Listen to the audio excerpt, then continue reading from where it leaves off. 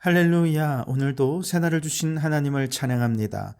오늘도 말씀으로 시작하는 이 하루, 말씀 충만, 은혜 충만, 성령 충만하시기를 주님의 이름으로 축복합니다. 오늘은 에베소서 4장 1절로 6절까지의 말씀을 봉독해 드립니다. 하나님의 말씀을 경청하시기 바랍니다. 그러므로 주 안에서 갇힌 내가 너희를 권하노니 너희가 부르심을 받은 일에 합당하게 행하여 모든 겸손과 온유로 하고 오래 참음으로 사랑 가운데서 서로 용납하고 평안에 매는 줄로 성령이 하나 되게 하신 것을 힘써 지키라. 몸이 하나요 성령도 한 분이시니 이와 같이 너희가 부르심의 한 소망 안에서 부르심을 받았느니라. 주도 한 분이시요 믿음도 하나요 세례도 하나요 하나님도 한 분이시니 곧 만유의 아버지시라. 만유 위에 계시고 만유를 통일하시고 만유 가운데 계시도다. 아멘. 오늘도 이 말씀을 통해 우리에게 주시는 하나님의 음성을 듣게 되기를 바랍니다. 예수 그리스도를 믿는다는 것은 예수 그리스도 안에서 모든 것을 하나로 통일시키려는 경향성으로 충만해진다라는 것과 같은 것입니다. 말과 행동을 하나로 통일시키려 합니다. 아는 것과 믿는 것을 하나로 통일시키려는 경향을 갖게 됩니다. 또한 공동체 안에서 다툼과 분란이 있을 때 화목하게 하려는 경향성을 갖게 되고요. 믿지 않는 사람들을 볼 때 그들을 예수 그리스도 안에 하나 되게 하려는 경향성을 갖게 되죠. 그러한 경향성 때문에 복음을 전하고 싶어지고 다른 사람의 영혼을 위해 기도하고 싶어지게 되는 것이죠. 그래서 믿는 사람들이 왜 자꾸 복음을 전하려 하는가? 그건 우리의 본성이 하나됨을 추구하는 본성으로 변화되었기 때문에 그렇습니다. 만일 그리스도인이라고 하면서 하나됨의 경향성이 나타나지 않고 오히려 가는 곳마다 분열을 조장하고 싸우려 하고 타인을 미워하고 차별하고 배제하려 한다면 그는 그리스도인이라 말하기가 어려울 것입니다. 그렇다면 이처럼 하나됨, 통일성을 지향하는 성도들은 어떻게 살아야 할까요? 1절에 그러므로 주 안에서 갇힌 내가 너희를 권하노니 너희가 부르심을 받은 일에 합당하게 행하여 라고 말씀하시죠. 여기서 합당하다라는 말은 헬라어로 악시오스인데요. 이는 다른 들보를 하나 더 세운다라는 뜻입니다. 다시 말해 기준을 하나 더 세운다는 거죠. 그 기준이 뭐냐? 바로 하나됨이라는 것입니다. 이전에 없던 기준, 그리스도 안에서 새롭게 생긴 기준, 바로 하나됨인 것이죠. 그리스도 안에서 만물을 하나 되게 하려는 가치를 기준으로 세우고 살기에 이제 누구를 만나든지 무엇을 하든지 그리스도께로 하나 되게 하려는 목적으로 살게 되는데 이것이야말로 부르심에 합당한 삶이라는 것이죠. 바울은 이렇게 이 부르심에 합당한 삶을 위해 4가지 원리로 하나됨을 이룬 성품을 이야기하는데요. 2절과 3절에 보면 모든 겸손과 온유로 하고 오래 참음으로 사랑 가운데서 서로 용납하고 평안에 매는 줄로 성령이 하나 되게 하신 것을 힘써 지키라 그랬습니다. 자, 이렇게 하나님 안에서 우리가 세운 하나됨의 기준 4가지인데요. 첫째는 겸손입니다. 겸손이란 허물과 죄로 죽었던 우리의 본래의 자리를 기억하는 것에서부터 출발하는 것입니다. 우리의 본래 자리, 말씀드린 대로 허물과 죄로 죽었던 자리입니다. 공중의 권세 잡은 자를 따르며 육체가 원하던 대로 내가 원하는 대로 살아가던 자리가 우리의 본래의 자리였어요. 그런 우리를 예수 그리스도께서 십자가로 구원해 주신 것이죠. 그렇다면 개구리 올챙이 시절 기억 못하듯 까맣게 잊어버리지 말고 본래 죄인이었다는 사실을 항상 기억해야 된다는 것입니다. 이것을 기억하는 사람, 누구를 만나든 무슨 일을 하든 어떤 마음입니까? 저는 죄인입니다. 내 안에는 선한 것이 하나도 없습니다. 자랑할 만한 의로운 것도 하나도 없습니다. 그런 마음으로 행하니 하나됨을 이룰 수밖에 없게 되는 것이지요. 이것이 겸손입니다. 2번째는 온유입니다. 온유함이란 길들여졌다란 뜻이거든요. 뻣뻣하던 목이 길들여지면 부드러워집니다. 야생마가 길들여지면 순한 말이 되는 것이죠. 마찬가지입니다. 길들여진 사람들은 분노가 생겨도 스스로 조절해서 상대방에게 평화를 느끼게 합니다. 본래 약한 사람이 그렇게 힘없이 행하는 것은 온유라고 할 수 없어요. 원래 강한 사람이 그 강함을 절대해서 부드럽게 하는 것이 온유인 것이죠. 한자로 하면 온유란 말은 따뜻할 온에 부드러울 유자를 쓰거든요. 원래 딱딱하던 것을 따뜻하게 해서 부드럽게 만드는 것, 이것이 온유입니다. 그런 면에서 온유한 사람은 물러터진 사람이 아니고요. 어떤 강함도 부드럽게 만들 수 있는 진정한 강함이 온유라고 말할 수 있습니다.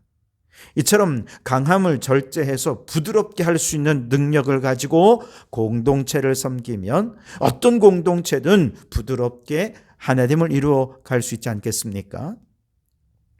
자신 안에서 일어나는 아주 악하고 강한 감정들을 부드럽게 표현할 줄 아는 성품으로서의 온유가 있고요.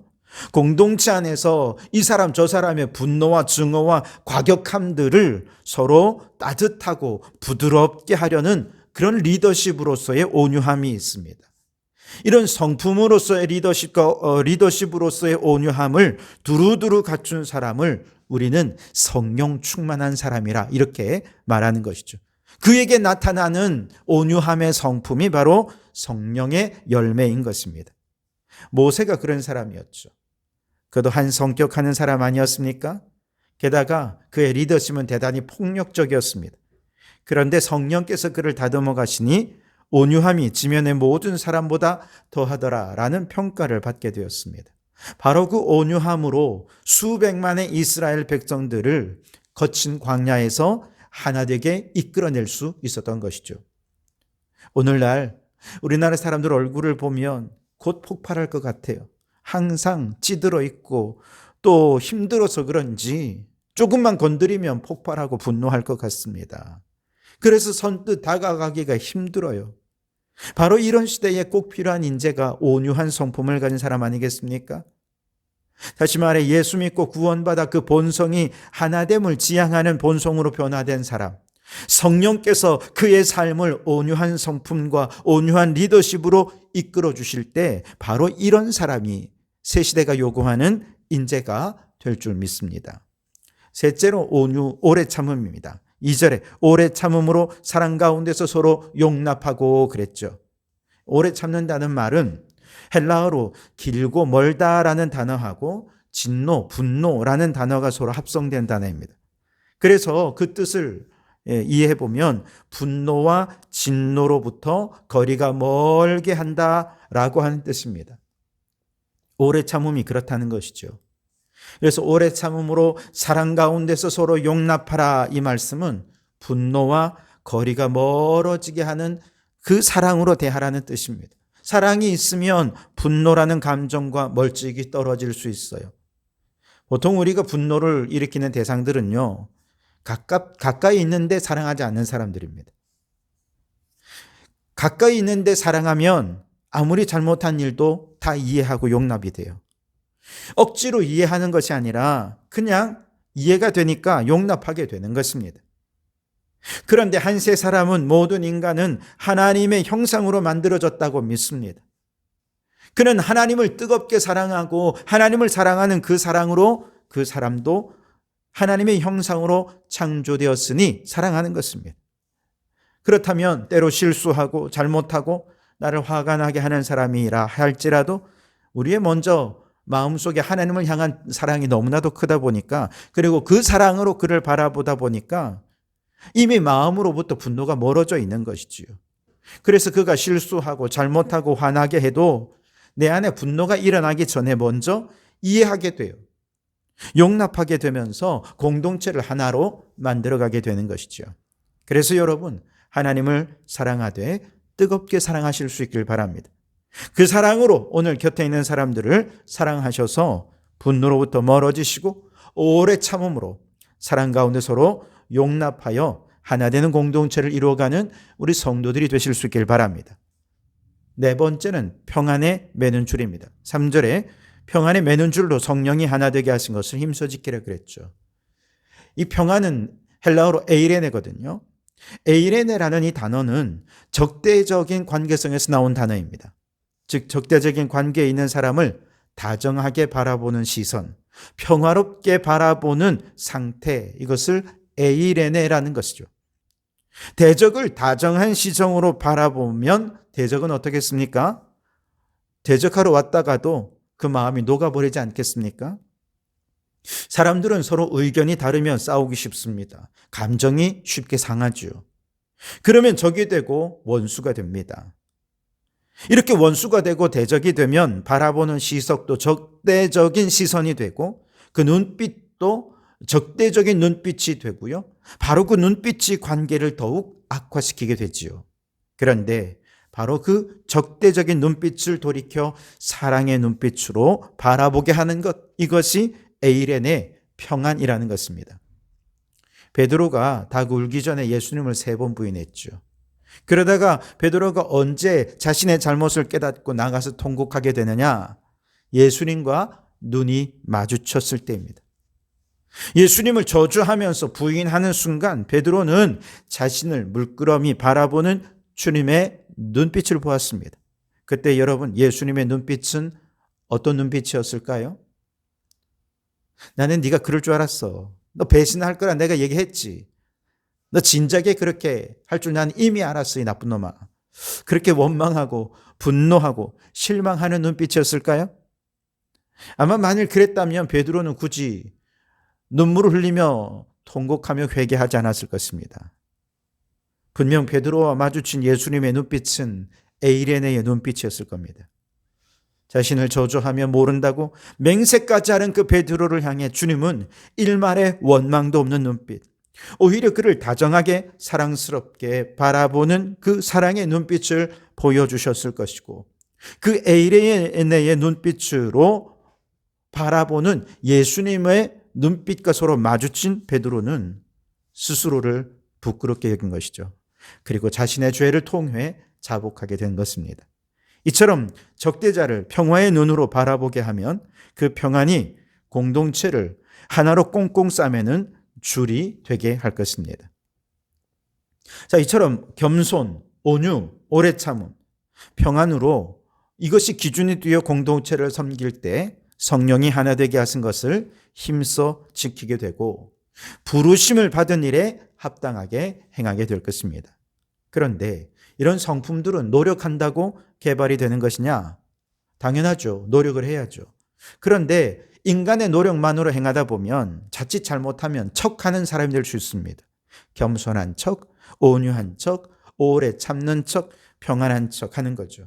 그런데 척하지 않고 온전히 하나 되는 성품을 이루려면 우리는 항상 우리가 부르심을 받은 그 자리가 어딘지를 기억해야 됩니다.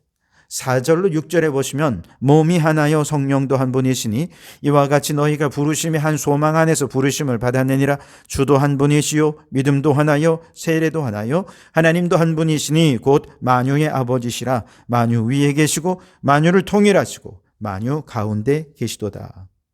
한마디로 삼위일체 하나님 안에서 부르심을 받았다는 거예요. 그런데 그 삼위일체 하나님은 어떤 분이십니까? 세 분이시면서도 하나이십니다. 만유 위에, 만유 가운데 계시면서 만유를 그리스도 안에 통일하시는 하나됨을 이루는 분이 삼위일체 하나님이시지요. 이렇게 삼위일체 하나님 안에서 우리가 부르심을 받았다는 사실을 기억한다면 우리는 교회 안에서 우리 성도 각자의 인격을 존중할 것입니다. 그리고 겸손, 온유, 오래 참은 평안으로 하나됨을 이루는 일에 더욱 헌신하게 되고 이러한 성품을 성령 안에서 개발하기 위해 노력하게 될 것입니다. 바라기는 삼위일체 하나님의 부르심에 합당하게 교회를 하나되게 하며 어디서든 이 하나됨을 위해 겸손, 온유, 오래 참음, 평안으로 헌신하는 우리 성도들이 되실 수 있기를 주님의 이름으로 축원합니다. 기도하겠습니다. 사랑의 하나님, 우리를 죄에서 구원하시고 하나됨의 자리로 불러주시니 감사합니다.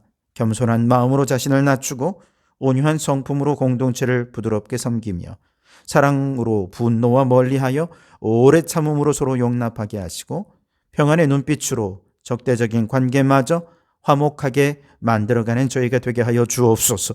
이 일을 위해 삼위일체 하나님 안에서 부르심에 합당하게 행하며 교회와 삶의 모든 자리에서 하나님을 위해 헌신하는 저희가 되게 해 주시옵소서. 예수님의 이름으로 기도하옵나이다. 아멘.